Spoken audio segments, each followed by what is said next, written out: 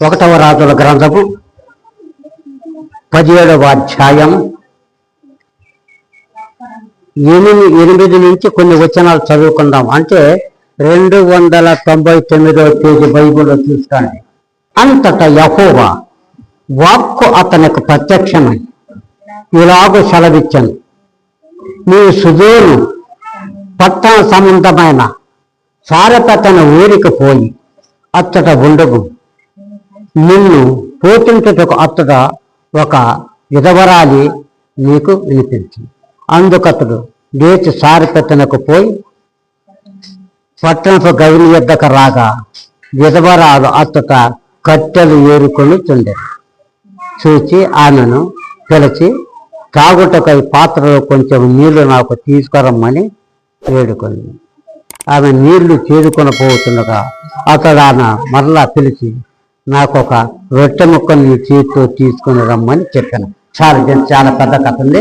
దేవుని వాక్యాన్ని ప్రార్థన చేసుకున్నాం. కృపగలిగిన తండ్రి, పరిశుద్ధుడా, నీ పాదములకు వందనములు, స్తోత్రములు తండ్రి. ఎక్కడ 2-3 కూడి నా నామమును స్తుతిస్తారో అక్కడ ఉంటానని వాగ్దానం చేసిన యేసయ్య నీకు స్తోత్రములు తండ్రి. ఇప్పటి వరకు నీ బిడ్డలమైన మేము కలిసి మా స్వరాలను ఎత్తి పెదవులను ఎత్తి నీకు స్తుతులు స్తోత్రములు అర్పించినాం. తదుపరి నీ వాక్య భాగంలోనికి వెళ్ళాయండగా నీ మాటలకు రహస్యాల బయలుపరిచిన ఏర్పడారాగం మహిమపరచబడమని యేసు క్రీస్తు దివ్య నామమును బట్టి అడిగి వేడుకొనుతున్నాము తండ్రి, ఆమేన్. ఇక్కడ ఒక చిన్న సంఘటన ఉంది, అందరికీ తెలిసిన విషయమే. ఇక్కడ ఏంటంటే ఒక విధవరాలను గురించి రాశాడు. మీకు అందరికీ తెలిసి విధవరాలకి అబ్బా నేను కూడా చాలా సార్లు వినుంటాను. కాంట్లో దీంట్లో సంగతి ఏంటంటే కొద్ది విషయం మనం నేర్చుకున్నాం. దైవజనుడు అంటే ఎవరంటే దేవుని నమ్ముకొని ప్రభువులో విశ్వసించి దేవుని మాటలను ఆశ్రయించి ఆయన నడుకుంటూ ఆయనలో ఉన్నటువంటి వాడే. ఎవరైతే దేవుని యందు నమ్మకం కలిగి, ఎవరైతే దేవుణ్ణి ప్రేమించి, ఎవరైతే దేవుణ్ణి హత్తుకొని, ఎవరైతే దేవుని కార్యాలు చేసుకుంటూ ఎప్పుడైతే క్రీస్తులు నడుతూ వాడే దైవదాసుడు, దైవజనుడు. దైవజనుడు అన్నా మగవాళ్ళు, దైవదాసులంటే స్త్రీలు కూడా ఉన్నారు. అంటే దేవుని వాక్యం చెప్పారు కనుక మనం ఎలా ఉన్నట్టే దేవుని సన్నిధిలో మనం ఎలా నడవాలంటే ఒకటి ఏంటంటే సత్ప్రవర్తన కలిగి నడవాలా, మంచి ప్రవర్తన కలిగి నడవాలా. నువ్వు దేవుని యందు ఆనుకొని నడవాలా, దేవుడు చెప్పిన మాట ప్రకారం చేయాలా, దేవుడి ఆజ్ఞలు ఇచ్చినాక ఆజ్ఞల ప్రకారం అనుసరించితే దేవుని యొక్క విజయ అన్నది. ఆ మాట ప్రకారం అనుసరించిన వాడే ధన్యుడు. ఆ మాట అనుసరించకపోతే అతను ఇంకా దొరకపోవటం. అందుకని ఇక్కడ ఈ మాట అంటారు. ఇక్కడ ఒక దైవజనుని గురించి చెబుతున్నాడు. ఆ దైవజనుడు ఎవరంటే అమ్మ కొద్దిగా గమనించండి, నేను కొంచెం చెప్పాను, నేను కూడా మరీ చెప్పలేదు. ఈ దైవజనుడు ఎవరంటే ఒక రైతు ఉండడానికండి. ఆయనకు పొలం ఎంతంటే దాదాపు 200-300 ఎకరం పొలం ఉండొచ్చు. ఆయనకు ఎన్ని అరకలు అంటే 12 అరకల గడతారంట. 12 గాళ్ళు అంటే 12 అరకలు జీతగాడన్నమాట. ఈ 12 అరకలు కట్టుకుంటూ తన ఇంట్లో సంసారము గడుపుకుంటూ ఉన్నాడు. ఒక ఆయన మూట, ఆయన చదువు లేదు, సంజయం లేదు, ఏమి లేదు. ఆయన ఎంతమంది అంటే జీతగాళ్ళు 12 మంది. ఈ 12 మంది జీతగాళ్ళు కలిగి తన పొలాన్ని ఏం చేస్తుంటే చేసుకుంటూ ఈ 12 మంది అరకలు కట్టుకుంటూ ఈ 12 మంది చేరుకు తోడుకొని ఏమేం చేస్తాంటే వాళ్ళ చేత అరక దున్నిచ్చుకొని ఈయన కూడా దున్నటం, పని చేయటం, ఇంటికి రావటం. చదువు లేదు, సందు లేదు. ఇలాగ జీవిస్తూ తన అనుభవం దేవునికి చేసుకొని నాకు ఇలాంటి ఆస్తిత్వం అని చెప్పి దేవుడిని వేడుకుంటే దేవుడా అని చెప్పనుకుంటే ఎక్కువ పని. ఇప్పుడు కూడా ప్రపంచంలో అలాగనే ఉండదు. తగలబడి పనిచేసేవాళ్ళు చేస్తున్నారు, చేయలేదు, ఆస్తి ఉండేవాళ్ళు ఉండరు, ఆస్తి లేనట్టు వాళ్ళు వీళ్ళందరూ బ్రతుకుతున్నారు. కానీ మనుషులకు అయితే ఒకటే, వాళ్ళని తెలియదు వీళ్ళెత్తుకెళ్ళి ఒక్కొక్కరికి హౌస్ పేరు తెచ్చినట్టు. ఈయన ఇలాగ కట్టుకుంటూ ఉన్నప్పుడు అప్పట్లో కాలంలో ఆ టైంలో దాదాపు చెప్పేందంటే క్రీస్తుకు పూర్వం వచ్చేసి ఏంటంటే దాదాపు ఒక 50,000 సంవత్సరాలు అయిపోయి అవుతున్నచ్చినేమో. యెహోవా దేవుని కాలములో యేసుక్రీస్తు కూడా పుట్టలేదు, యేసుక్రీస్తు కూడా పుట్టు కూడా ఇప్పటికి 2025 సంవత్సరాలైంది. ఆయన పుట్టినాడు, సేవ చేసినాడు, సేవకులను పిలిపించుకున్నాడు, ఆయన కార్యాలు చేసినాడు, ఆయన కూడా చనిపోయినాడు, మరణించినాడు, లేచినాడు, పరలోకానికి వెళ్ళినాడు. ఆయన చనిపోయే 2000 సంవత్సరాలు. మరి యొక్క ఈయన స్థితి ఎలాగుందంటే ఈయన 40 సంవత్సరాలు. గమనించడం చదువుకున్నా కానీ మీకు అర్థం కాదు, అందుకని నేను ఈ మాటలు చెబుతున్నా. క్రీస్తు పుట్టి 2000 సంవత్సరాలు, 2025 సంవత్సరాలు అంటే 2000 దాటి 25 సంవత్సరాలు ఆయన క్రీస్తు పుట్టి ఆయన త్యాగము చేసి మన కొరకు రక్తాన్ని కట్టి మన కొరకు మరణించి ఆయన సిలువ వేయబడి తిరిగి లేచి కూడా 2025 సంవత్సరాలు. ఎవరు? యేసు ప్రభువారు. యేసు ప్రభువారి కంటే ముందు అవతల యెహోవా దేవుడు ఉన్నది కనుక ఆయన ఆ కాలంలో చెప్తే 40 సంవత్సరాలు యువతల, ఈ కాక అవతల 40 సంవత్సరాలు. 40 సంవత్సరాలు ప్లస్ యొక్క 2000 సంవత్సరాలు అంటే 60 సంవత్సరాలు జరిగినటువంటి ఈ గాథ చరిత్ర ఇప్పుడు నేను మీకు చెబుతున్నాను, ఆలకించండి. ఈ కథ ఇప్పుడుది కాదు. ఇప్పుడు మనం చదువుతుంటే ఏదో అనుకుంటున్నారు కాదు, ఇప్పుడుది కాదు. ఇప్పుడుది ఈ కథ అంటే 60 సంవత్సరాలు దాటిపోయింది ఈ కథ రాసి. ఆనాటి కాలంలో దేవుడు ఉన్నప్పుడు, మనుషులు ఉన్నప్పుడు, మొదటి కాలంలో ఆదాము అవ్వను సృష్టించిన తర్వాత వాళ్ళ తరాల్లో పెంచేప్పుడు 1000 సంవత్సరాలు ఆ కాలంలో మనుషులు ఉన్నప్పుడు టైంలో ఈ కథ రాసినటువంటి ఈ చరిత్ర ఇది. ఎవరు? ఒక విధవరాలు ఉన్నది. ఆమె అయితే ఏమి లేదు, దేవుని నమ్ముకొని ఉన్నది. అప్పుడు దాకా ఒక ఆయన కూడా ఒక రైతు కూడా నేను చెప్పిన కదా, ఆయనకి ఎంతంటే 12 అరకలు గడపరు. అంటే 12 గాన్లు అంటే 12 గాన్లు ఉంటాయి, 12 మంది జీతగాళ్ళు ఉండరు. ఎవరు? అరక దున్నేది. మరి ఇంకా బరగొడ్లకు పేడకలు వీళ్ళు ఎంతమంది దాంట్లో రాయల. ఆ 12 మందినే చూపిస్తాం. ఈ 12 మందిని ఆ ఇంటి యజమాని ఏం చేస్తుంటే ఆయన మోటోడు, పంచకట్టు ఉందో గుడ్డలు ఉన్నాయో నాకు బడికి తెలియదు. ఒకళ్ళు చిన్నిపోయిన గుడ్డలు ఉన్నది, అయ్యో గోసి పెట్టుకునేది. ఆ అరకజోలు ఇలా తీసుకునేది, అరకజోలు కొంటా చేరిపోయేది. ఒక్కొక్క ఎకరం 100 లేదా 50 ఎకరం 60 ఎకరం అట్లా వండుతున్నదే బాగా ఉంటే ఆ చేరిపోయేది. ఇది మంది చేరు 50 ఎకరం చేరు. ఆ ఇద్దనండి ఆ 12 మంది అరకల గడితే ఈయన 13 ఈయన కూడా వాళ్ళతో కూడా దున్నుకుంటా చేస్తూ ఉన్నాడంట. ఇలాగ ఉండేందుకు అప్పట్లో ఒక పెద్ద ప్రవక్త ఉన్నాడంట. జాగ్రత్తగా రండి, వీరికి మీకు ఈ చేతి మీకు అర్థమవుతాడు, అందుకన్నా మాట చదువుకుంటే కాదు. ఒక ప్రవక్త ఉన్నాడంట. అప్పుడు ఆయన దేవుడు మొట్టమొదటి పుట్టినప్పుడే ఆయన ఉన్నాడంట. ఆ ప్రవక్త ఆయనకు తల్లి లేరంట, తండ్రి లేరంట, మనవల బిడ్డల సంతానం లేదంట. అది దేవుని వరాన పుట్టినటువంటి వ్యక్తి ఆయన. ఆయన ఎవరంటే చెబుతారా? ఏలియా. ఏలియా మనలాంటి స్వభావం గల మనుషుడే. అతడు వర్షింపకునేట్టు వర్షము కొరవద్దంటే ఎట్లా నేర్పడదు అంటే నువ్వు సత్తావు అంతే. అలాంటి యొక్క శక్తి పొందినటువంటి ఏలియా. నువ్వు మనగాడివి కానీ ఎంతటోడుగా దేవుని తర్వాత ఏలియా ఏ విధంగా ఏ మాట మాట్లాడుతూ ఆ మాట జరిగి తీరాలా. అందుకని అప్పటికి ఆయన యేసు ప్రభు ఆ దేవుడు వచ్చిన తర్వాత ఈయన ఉండి కూడా 40 సంవత్సరాలు అయిందంట. ఆ 40 సంవత్సరాలు కూడా ప్రజల దగ్గరికి పోరంట. ఎక్కడో కూర్చుంటే చుట్టూ దగ్గర కూర్చుంటే ఇప్పుడు ప్రార్థనేనంట ఆయనకు. ఆ ప్రార్థన అయిపోతాను లేస్తాడు, మీరు తింటే లేపుతాడు, తిరుగుతూ ఉంటాడంట. ఆయనకు తోలేనంట చుట్టూ అంత తోడనుకండి. మనం కండవ చూసుకొని అడ్డపచ్చ చుట్టుకుని మనకండి, మనం కండవట్టి చుట్టుకుంటామో ఆ తోలట్ట కట్టుకుంటాం. అంతేనంట. ఇంకా గుడ్డలు లేవంట. ఆ ఒక్క తోలే కట్టుకుంటాడు, ముడేసుకుంటాడు. తాటాకులు ఉంటాయి, తలుపుతున్న బైబుల్ ఉంటుంది, తాగటానికి ఒక బుర్రకాయ. అప్పుడు అవి మన టిఫిన్లు సోలు ఏమిలో ఇప్పుడు వచ్చినాయి, అప్పటి ఏమి లేవు. ఒక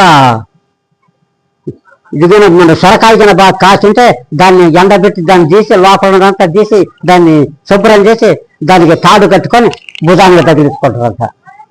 భుజానికి తగిలించుకుంటారు. ఆయన ఏంటి ఈ బైబుల్ ఏమో చాట పట్టుకుంటాడు, ఆ నీళ్ళేమో భుజానికి తగిలించుకుంటారు. సొరకాయ ఇంటికి ఏలపడి ఉంటుంది, ఈ బైబుల్ ఉంటుంది. ఇంకంటే గుడ్డలా లేవు, ఏదో ఒక తోలు గుడ్డ చుట్టుకునేది అంతే. ఆయన పోతారు.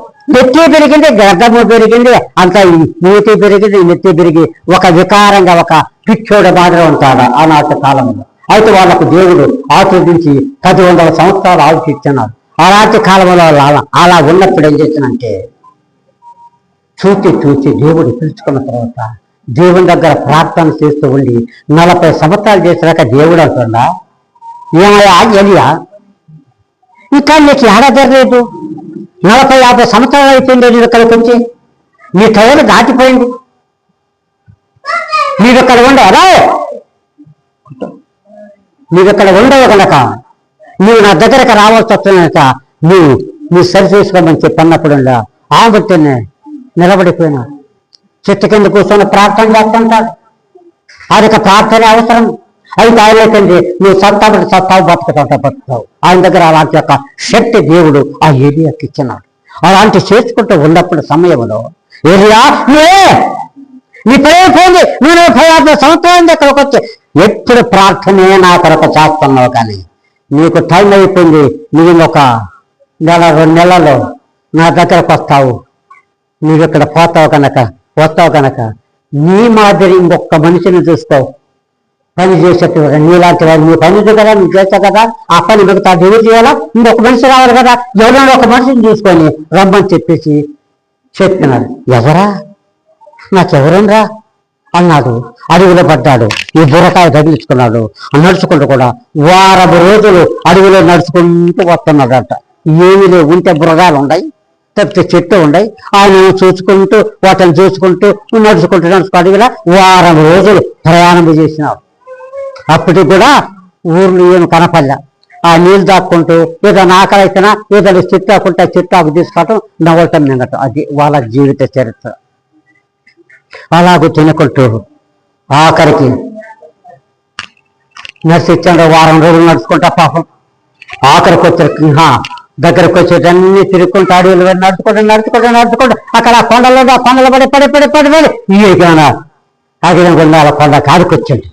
ఆడికొచ్చేరకుండా ఆ కొండ కాడికొచ్చి దరికొచ్చి చూడబెరకుండా పొలాలు కనపడరా, ఏదో ఊరిందప్పుడు ఇప్పుడు రగిలిందయ్యా ఊరు, ఇప్పటికి నాకు తగ్గలే, అంత అడిగినా ఉన్నానే ఊరు తగిలి ఏ ఊరు ఏంటని చెప్పి ఆ జట్టుకు ఆ రిజర్వ్ దగ్గరకు వచ్చి ఆ జట్టు దగ్గరకు వచ్చి నేనేం చేసింటే పిచ్చోడు మాత్రం ఉన్నాడు, గడ్డము పెరిగింది, విషాలు పెరుగుండయి, ఎంట్రుకలు పెరుగుండయి, చొక్క లేదు, బుర్రకాయ మటుకు నీళ్ళున్నాయి, ఒక బైబిల్ మటుకు చాట పట్టుకొని ఉన్నాడు, ఒక దుప్పటి మటుకు భుజాన్ని చేస్తున్నాడు. ఎలా వస్తుండరుకో చూశాడు. ఆ రైతుకు దాదాపు 100-200 ఎకరం ఉందంట ఆడ పొలం.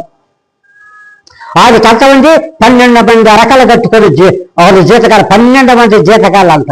అయితే ఆ రైతు కూడా కుర్రోడంట, మన కోట బాగా కుర్రోడంట, ఆడ మంచి యవనుడంట, ఇంకా పెళ్లి కాకపోవచ్చునేమో, మంచి కుర్రెత్తలు ఉన్నాడు.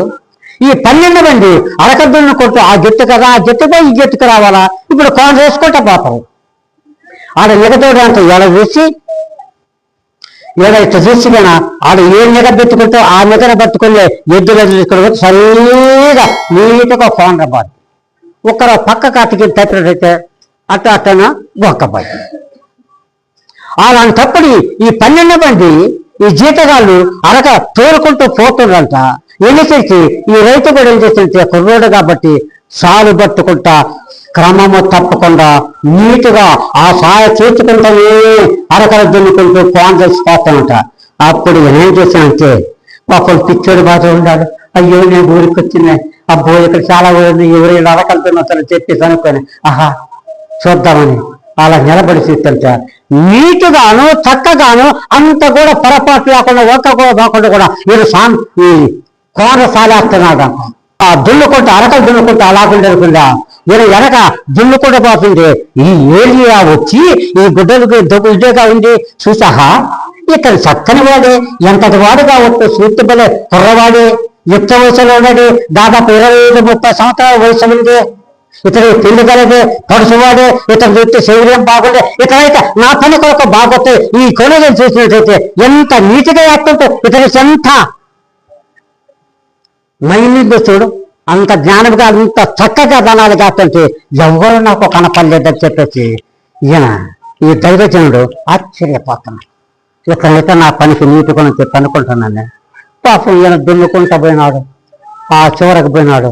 ఆంశ వాళ్ళ ఈయన దున్నుకున్న వాళ్ళ అనక కోన వేసుకుంటా వస్తున్నంత ఈయన ఆ వత్తులకు ఈయన గట్టి మీద ఏడ నిలబడేటోడు ఆయన మరకేమో ఆడికొచ్చిరకుండా ఎంబటి అరకలన్నీ ఈయన చూస్తున్నాను ఆయన ఆగిపోయినాయి చూడగానే పోవటం నిలబడిపోయినట్టు నిలబడి చూసరికి ఈయన దేవుడా నన్ను పంపించావు ఒక మంచివాడిని చూపించావు కనుక నీకు నేను అతన్ని అర్పిస్తున్నాను చెప్పి అనుకున్నాడంట.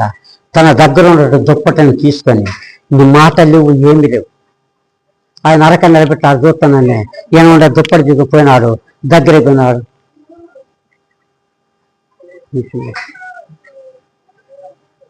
అరకల 12 రకాలు అక్కడ ఉన్నాయి 13 రకాలు అక్కడికి వస్తుంది ఆయన నిలబడి చూస్తే వీళ్ళు కూడా పిచ్చోడా ఏందా ఏమి మనలు బతుకంటే వీళ్ళు కంగారు పడిపోతున్నారు. అయితే ఈయన నిజముగా మంచి పనివత్తకుడవుతాడు నీకు కోండ బాగా చేస్తాను ఇతనైతే నా యొక్క సేవ లేక పనికొత్తాలని చెప్పేసి జీవుని దృష్టిలో అనుకున్నాడు. ఆయన ఈయన మీద బతికినప్పుడు వస్తానని దుప్పటి తీసుకున్నాడు మాటలేడు ఆయన అరకొచ్చారు నిలబడి ఆయన చూస్తున్నాయి పోయిన పోవటం ఏం చేసింటే దగ్గర పోయినాడు పిలుపు లేకుండా ఏం చేసి పట్టుకున్నాడు.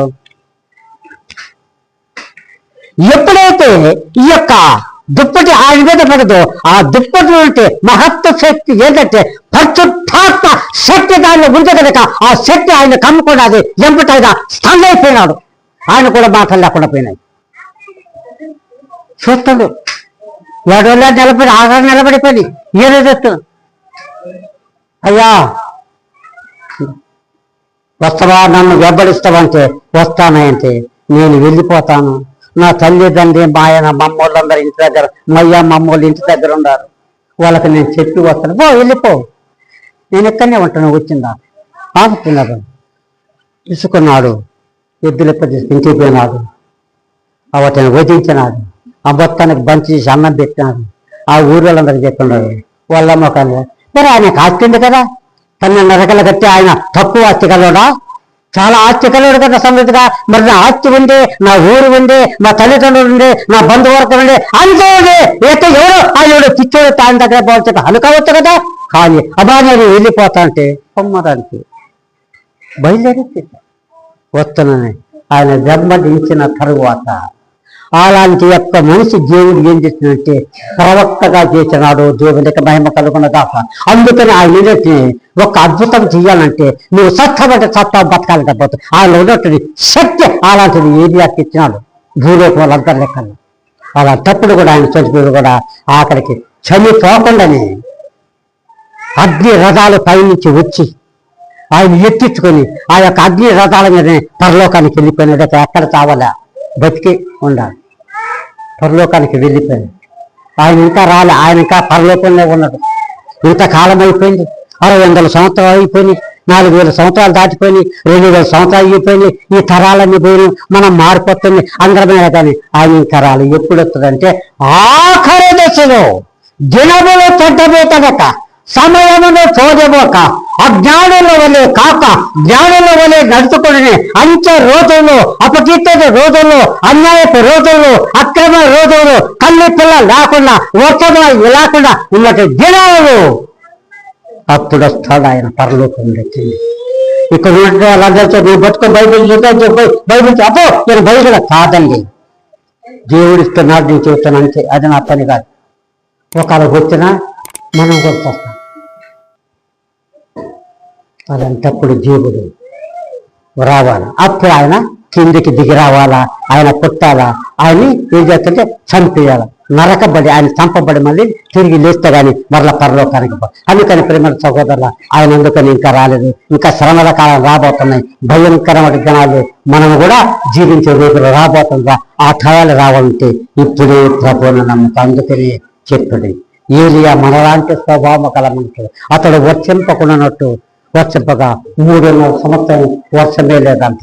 మనకేదికి లేదా మనకి నీటి చెట్టు కదా ఆయనకున్నాను అలాంటి నీటి కనుక ఆయన ఉంటే దైవజ్ఞానాన్ని ఏదంటే ఎవరైతే ఇంటికి పిలుచుకొని ఎప్పుడైతే ప్రార్థన చేయించుకుంటో ఆ జీవులను మీకు వచ్చునగాక దేవునికి మహిమ కలుగునగాక ఒకసారి చప్పట్లు కొట్టని చేతమే ఏంటికంటే తెలుసునా, ఆయన అన్యాయస్తుడే కావచ్చు, వాడు మంచోడే కాకపోవచ్చు, దైవజనుడు పేరు పొందిన తర్వాత అధికారం దేవుడు ఆయనకి ఇచ్చిండు కాబట్టి ఆయన గుండె ఏంటంటే ఆత్మశక్తి అతనిలో ఉంటది, అది నీకు పనిచేస్తుంది. వీడు చేయడు వచ్చితే బొమ్మే, నేను బొమ్మనే, నేనేదే చేతి కాదు.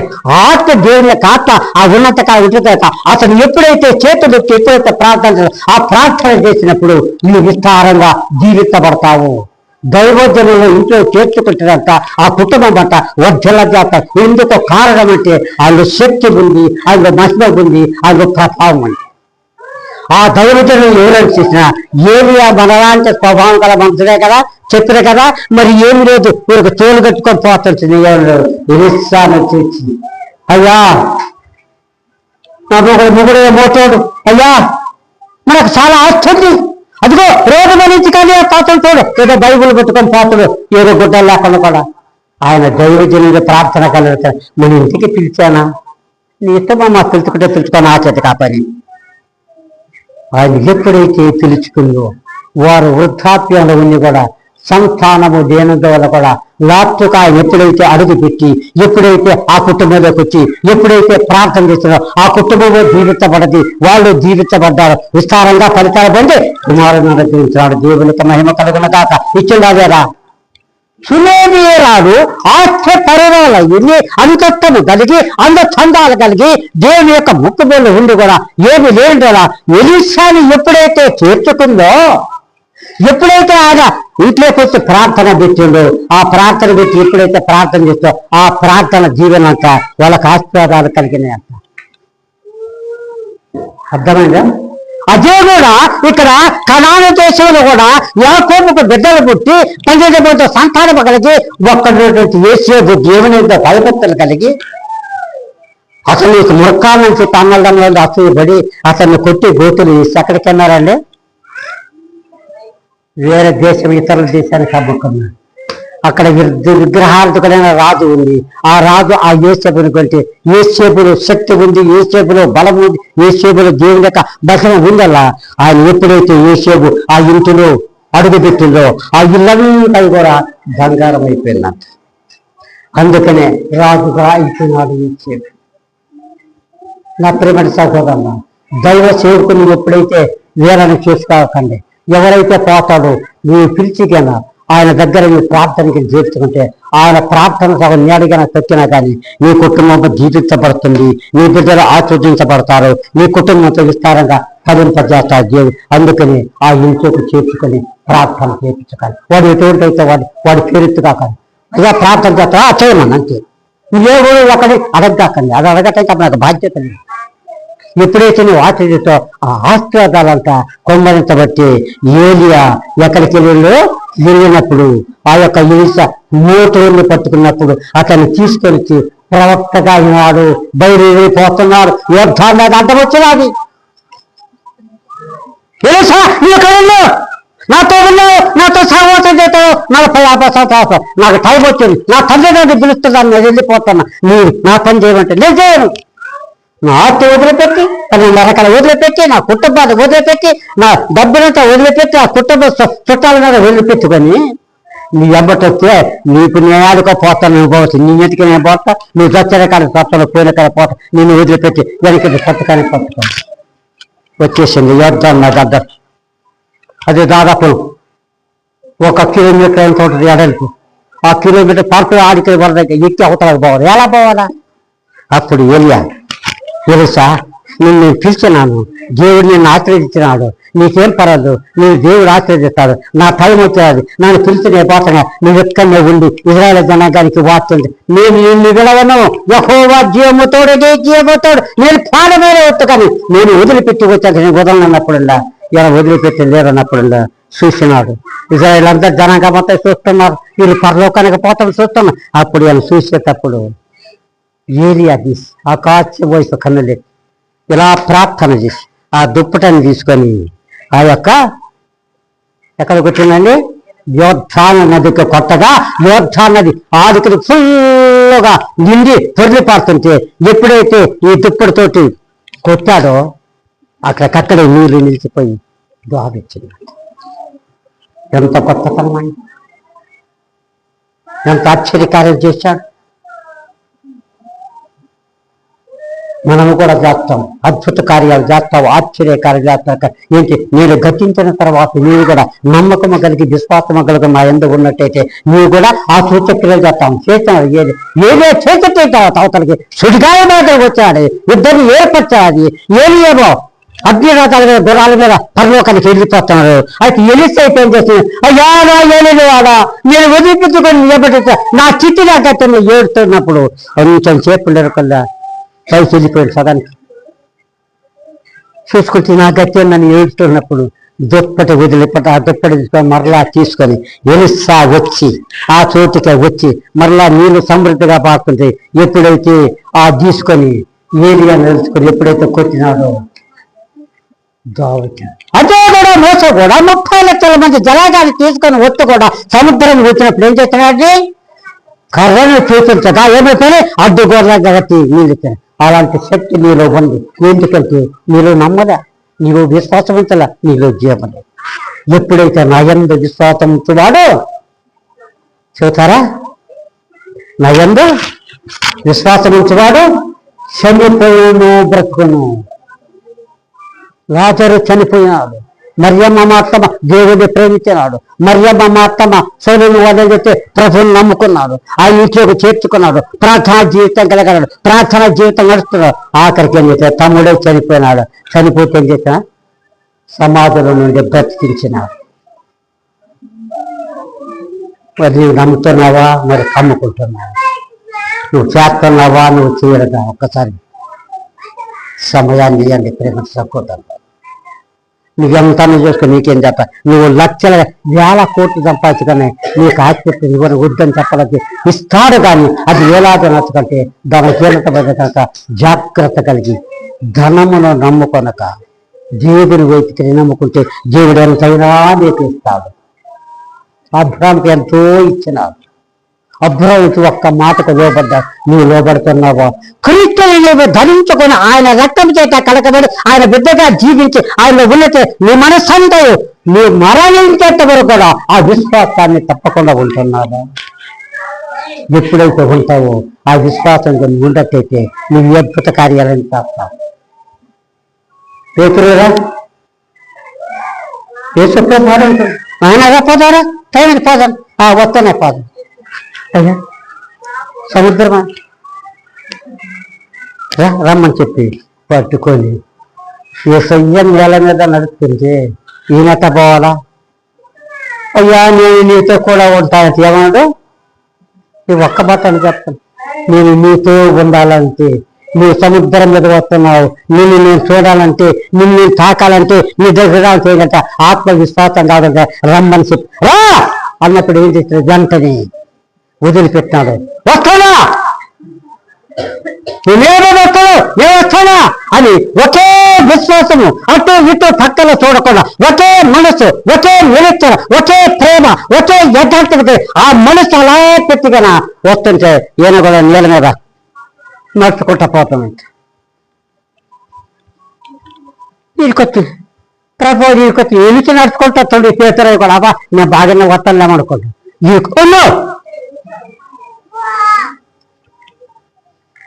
ఇక్కడికి వచ్చాడు. ఇంకా ఒక్కరి పోతే చేయి పట్టుకుంటూ ఇచ్చాడు. వీడికొచ్చేది అలా వస్తాను ఒక కాలం లేచిపోతాడు. అప్పుడు నేను చూస్తే అమ్మో వెళ్ళిపోతానని చెప్పేసాను. ఆ ధైర్యం ఆ విశ్వాసం ఎప్పుడు కదా ఎంత లోపలికి ఎంత లేదు. అప్పుడు ప్రభు వారు పట్టుకొని అవిశ్వాసం కాక ఆ విశ్వాసం నీలో ఉండాలా. ఎంతవరకు అంటే నీవు నమ్మదగిన వాడగలదు, దేవుడు నమ్మదగిన వాడ నీ విశ్వాసం మరణించేంతవరకు ఆ విశ్వాసమే కలిగి ఉండాలా. దేవుడికి భయపడక అలాంటి విశ్వాసం నీలో ఉందా? అయితే ఎలిషా సమస్తమును వదిలిపెట్టుకొని ఆత్మని వదిలిపెట్టుకొని ఏమన్నాడు? ఆయనతో ఉండి కూడా ప్రవక్తగా మారిపోయినాడు. నా ప్రేమకి దేవుని బిడ్డ నిన్ను నన్ను మనందరినీ దేవుడు ఏర్పరచుకున్న ఒక పని కొరకు మనం ఆ పని మనం చేయాలంటే నమ్మకము కలిగి విశ్వాసము కలిగి ఉంటున్నావా? ప్రార్థన అనుభవం కలిగి ఉంటున్నావా? ఆకాశం భూమి ఒక సైమాన పీటర్ గారు నాకు తెలిసి ఆయన నేను 5వ తరగతి చదువుకుంటున్నా. మన్నకు పెళ్ళి అయితే మా పెద్ద అన్నకి ఇల్లు తగ్గలే, పెళ్ళి అయితే గణపారం పోయాను. అప్పుడు మన్నని తీసుకొని మేము పోవాలి పిల్లలు మన ఇంటికి వచ్చి పెళ్లి చేస్తుంటే ఈయన ఇల్లు తెంపేళ్ళకి ఎలా చేయాలా, ఈయన రావాలన్నమాట. గరతాళం తీసుకొని నడిచేస్తాను. చెప్పులేవు నాకంతా అప్పుడు ఎన్నో ఒక 10 సంవత్సరాలతో ఉంటాయేమో. ఒక ముతక నిక్కర గుట్టించుని కట్టుకున్నాను. గుడ్డలు లేవు నాకు, ఒత్తటే చెప్పులు కూడా లేవు. ఆ లంబోడాలు రాడుంటే ఆ లంబోడాలు కడిపెట్టే గుడ్డలు ఉంటుంది. ఆ గుడ్డలు తీసుకొని చినిగిపోయిన గుడ్డలు కాళ్ళకుండా కుట్టోడు కాదండి పై కింద కట్టుకొని నడిచి కూర్చున్నా. అలా చెప్పులు కూడా చినిగిపోయిన గుడ్డలు కూడా దొరకలేదు అన్నమాట. ఈనాడు ఏడబట్టిన చెప్పులు ఏడబెట్టానంటే పారిపోయింది. అలాంటి విశ్వాసంతో వచ్చినప్పుడు ఏం చెప్తుంది, దేవుడు నన్ను ఆశీర్వదిస్తాడు. నా ప్రేమకి సహోదరులు తను తాను ఉపేక్షించుకొని తన సిలువను ఎత్తుకొని నన్ను వెంబడించు. ధన్యుడు ఈ భూలతో ఎంతమంది ఏమనుకున్నా నిన్నేమి చేయడు. ఆయన దేవుడిని నిన్ను చూస్తున్నాడు. దేవుని ఆస్వాదాలు ఉన్నాయి, దేవుని యొక్క దీవెనలు ఎక్కువ, దేవుని యొక్క కృప కలిగి ఉంటే కనుక నువ్వు నిన్నా కానీ ఊరు కనుకొని చూడలేక నిన్నేం చేయలేదు. ఇది అలాంటి యొక్క విశ్వాసం నీలో ఉండే కనుక నా ప్రేమట సహోదరులు మనందరము కూడా జీవించినంతకాలం ఒకే విశ్వాసం. ఏసయ్య నా దగ్గరకు నేను పోతాను, నేను చనిపోయిన కాబట్టి ఒక గురి ఉండాలి. అందుకనే మరియమ్మ మాత్రం అలాగే దేవుని చరితబట్టే తన తమ్ముని చనిపోయిన వాడిని బ్రతికించుకున్నాను కనుక మరి నీకు అలాంటి యొక్క జీవితం నీకుందా అర్థం చేసుకున్నాము. వస్తున్నట్టు వస్తుంటుంది కానీ దీనికి కూడా సమయమైంది. దేవునికి కూడా కనీసం ప్రార్థన చేసేదానికి ఒక 10 నిమిషాలను తీసుకుని చేసుకోండి. నేను ప్రార్థన చేయమని చెప్పరా, చేసుకో. నువ్వు సంపాదించుకుంటే పొద్దుకలు పని చేసుకుంటావు కానీ 1 గంట దేవుడికి నువ్వు గడుపుతున్నావా? ఒకరు కాదు నువ్వు పని అయిపోయినకో కనీసం సందకాల పండుకున్నా కానీ మరి భర్త భార్యలు మనం పండుకుంటూ ఉంటారు కదా, వాళ్ళకు తాట పండుకుందుకో నువ్వు అప్పుడన్నా 1 అర్ధగంట ప్రార్థన చేసుకుంటున్నారా? ప్రార్థన శక్తి కలిగి నడుచుకున్నట్టు అద్భుతాలు ఆశ్చర్యకరం ఏచి చేసిన కార్యములు ఇంకా అనేకములు కలవు కానీ వాటిని వివరించి వ్రాసినేలా ఈ భూలోకమైన చాలదని యేసయ్య ముఖ్యంగా మనకు వాక్యాలు చూడటం. అలాంటి నమ్మకం కలిగి ఉండవా కనుక జాగ్రత్త కలిగి దేవుడు ఉన్నాడు.